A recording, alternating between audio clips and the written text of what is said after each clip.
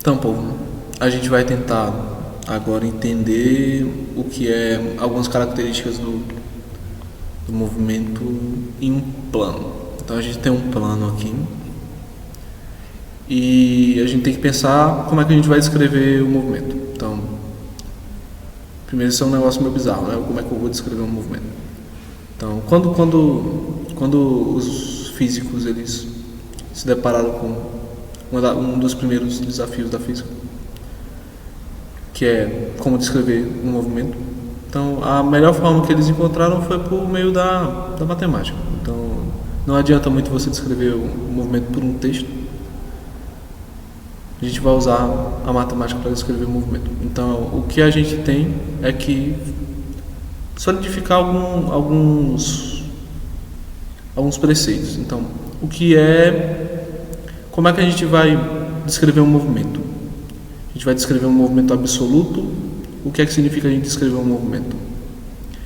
Então, o que você deve pensar é que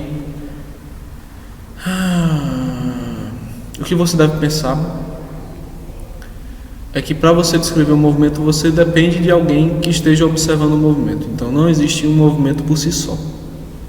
Você precisa de algum ponto de vista para descrever o movimento. O movimento acontece objetivamente no universo, mas alguém tem que observar esse movimento. Então, quem é que vai observar o movimento? Então, o observador, ele é importante aqui na nossa discussão.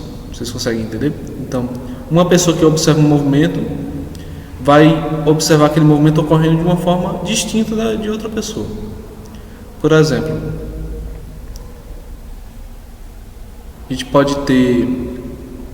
Isso é um exemplo que todo mundo dá, né? Quando você está dentro de um carro, você vê o que está fora do carro, por exemplo, uma casa se movendo contrário à direção do carro, né? Então, você, observador dentro do carro, você vê uma coisa. Uma pessoa que está parada na rua vê aquela casa parada, vê outra coisa. Então, o movimento para essas duas pessoas é distinto, certo? A observação do movimento é distinta. O que na cinemática quer dizer que o movimento é distinto, na verdade. Então, o observador é extremamente importante. Tá bem, então como é que a gente formaliza isso aí de uma forma matemática?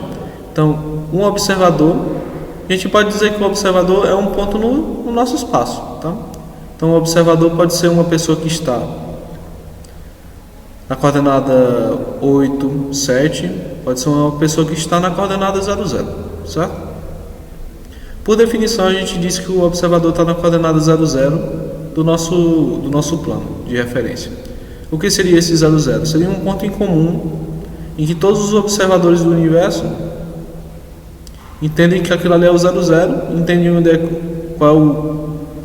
como é esse eixo de coordenadas, então todo mundo tem em comum que esse observador aqui é o observador universal. Então, esse observador aqui é a referência para esses outros. Mas a gente pode ter o movimento descrito também por esse observador A aqui. Esse observador A pode ver pode observar um movimento de forma distinta que o observador 0. Digamos que o observador 0 está parado, mas que o observador A, por exemplo, está se movendo para cá a uma certa velocidade. Então ele vai ver um movimento distinto desse observador aqui. Isso aqui é intuitivo, por própria vivência você entende que o observador A, por estar em movimento, vê um movimento diferente do observador B que está estático, certo? Tá. Mas você diz, eu só estou falando abobrinha. A gente tem que definir algumas coisas, então. Tá, a primeira coisa que a gente tem que definir então o que é esse deslocamento, certo? Então vamos frisar assim. O deslocamento ele tem que ser referenciado a alguma coisa, alguma referência. Então vamos adotar essa convenção comum, né? Que a nossa referência está no 0, 0 do nosso eixo, do nosso plano. Então essa é a nossa referência. Ok.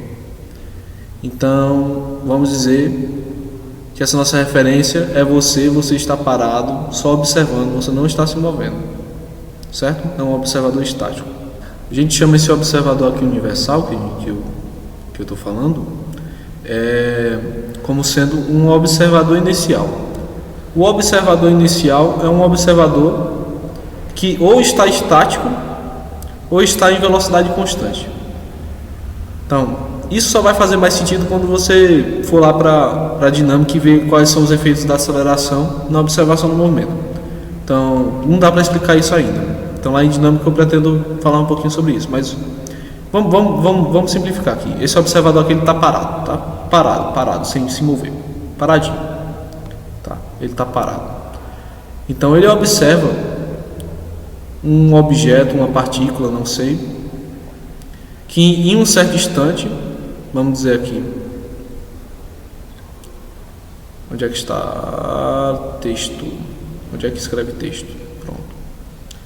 Vamos dizer que esse observador ele está no tempo 0 segundos, que foi quando ele começou a observar. Ele estava nessa coordenada aqui, certo? Pronto, ele observou no tempo 0 segundos, foi a primeira observação dele.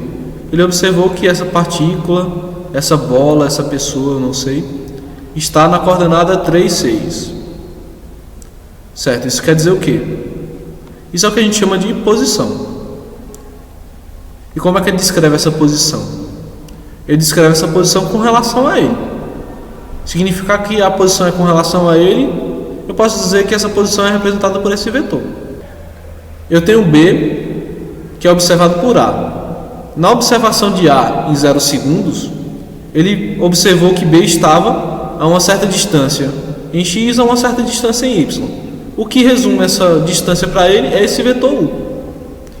Então, o que a gente chama de posição, nesse instante, é esse vetor U. Como é esse vetor U? Esse U, se você observar aqui, é um vetor que é 3 em X,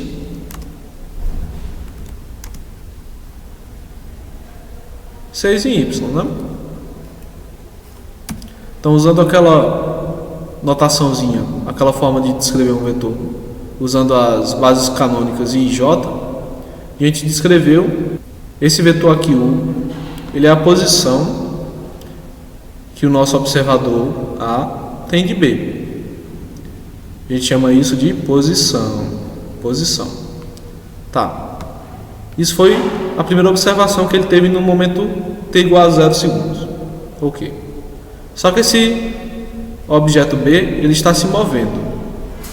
Ele está se movendo não absolutamente, ele está se movendo com relação a A. Não tem como você se mover absolutamente, tem que ser com relação a alguma coisa.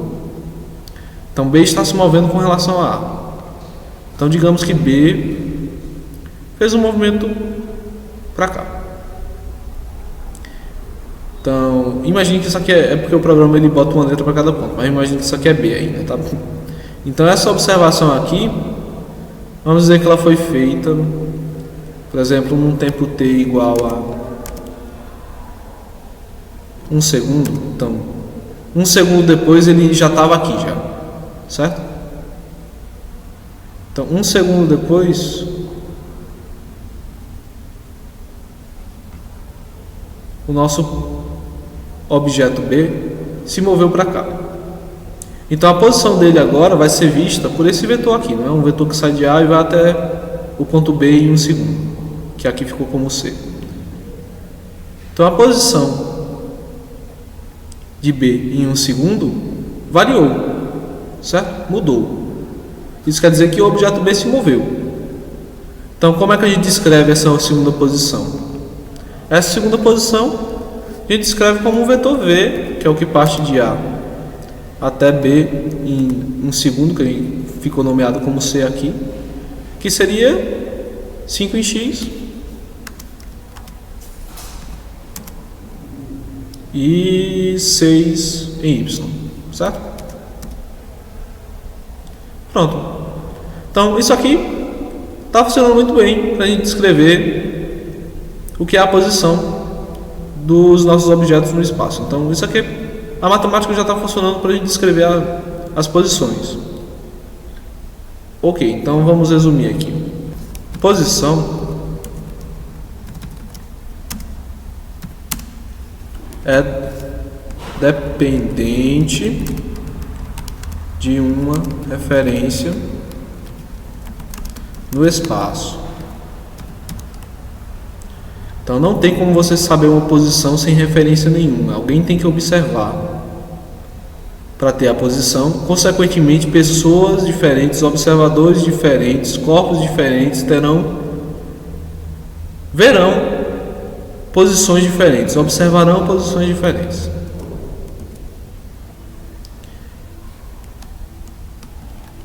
Matematicamente,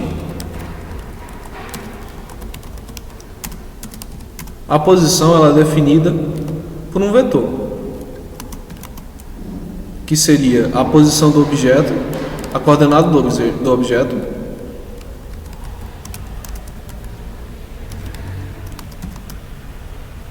vetor coordenado do objeto, né?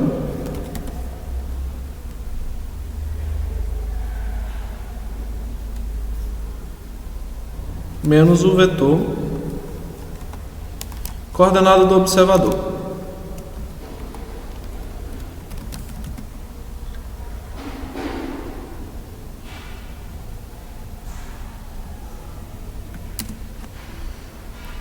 Essa formulazinha aqui, ela simplesmente descreve o nosso raciocínio aqui, de ser da posição desse objeto com relação a esse, ser descrita por esse vetor que é as coordenadas daqui para cá, do observador para o observado. Então, a gente descreveu matematicamente o que é uma posição, tá? Que é esse vetor R. Então, vou dividir o vídeo aqui. No próximo, a gente vai usar essa definição de posição para descrever o que seria o deslocamento do nosso objeto. O que é o deslocamento e o que é o caminho percorrido, certo? Então, vamos lá.